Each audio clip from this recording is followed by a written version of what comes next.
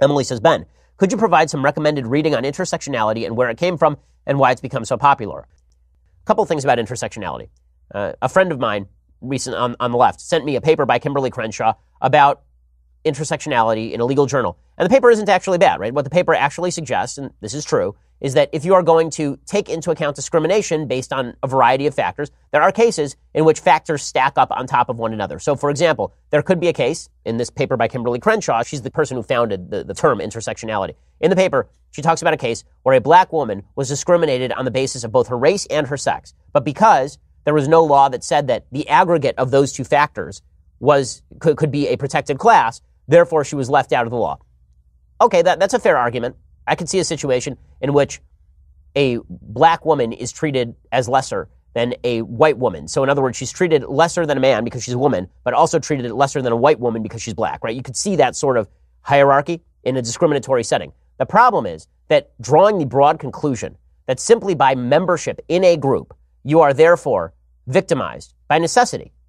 It's not a baseline assumption. It's that we will ignore your personal experience and simply dictate that America is bad to people like you without reference to what you have done personally. That is, in essence, a form of racism. But I was making this point to somebody yesterday about intersectionality and the real problem with it. Again, the idea of intersectionality is that we're all members of groups, and these groups have been treated disparately in American history, which is obviously true. But that does not answer the question of what that means for us now. Should we look to your personal experience and your personal experience of discrimination, or should we simply assume that your membership in the group means that you have been discriminated against in some way, and therefore your opinion should be valued more highly when it comes to critiquing the United States and our hierarchies of power? It's that latter contention that is actually racist identity politics. That latter contention is racist identity politics. Thomas Sowell, the economist, has an interesting breakdown of discrimination that I've found quite useful. He says that there are basically three types of discrimination. There's discrimination that we all find utterly benign.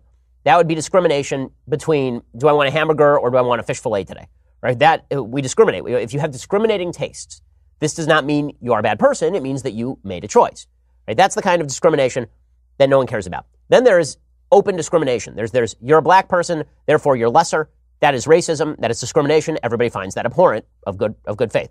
Then there is the case of there are situations in which you have no information about a person other than their group membership. So, for example, you're walking down the street of a neighborhood. In that neighborhood, the black crime rate is higher than the white crime rate. And you're walking down the street at 2 a.m. And you're walking down the street and there's identically dressed black guy on one side of the street and white guy on the other side of the street. And you cross over to the side where the white guy is because the black crime rate in the city is higher than the white crime rate.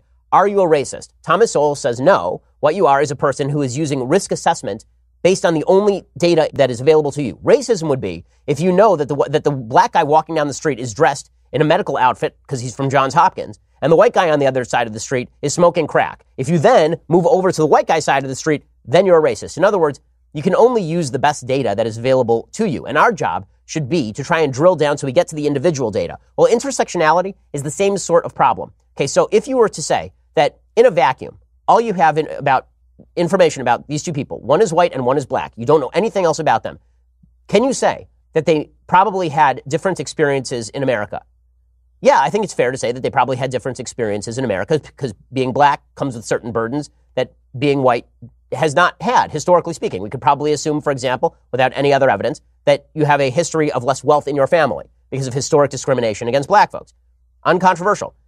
Here's where intersectionality goes wrong. Intersectionality suggests that even if you know now that black kid is Colin Powell's son, and you know that white kid is some kid who grew up in rural Appalachia with a single mom, that you can still assume that white kid is somehow privileged by his race and that black kid is somehow a victim because of his race. Now, you are actively encouraging discrimination. And that's where intersectionality has gone. And it's ugly and it's gross.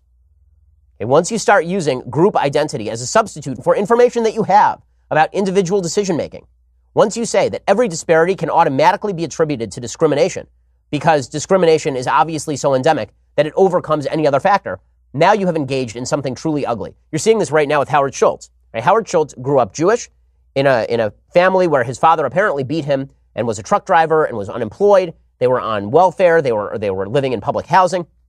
He made something of himself, and he became the head of an $84 billion corporation that he started from a coffee shop in Seattle. Amazing American success story.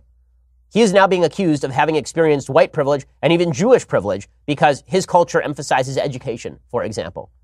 So we are going to value his group identity over his individual story. That's the essence of racism. It is. It's the essence of the bad kind of discrimination Thomas Sowell talks about.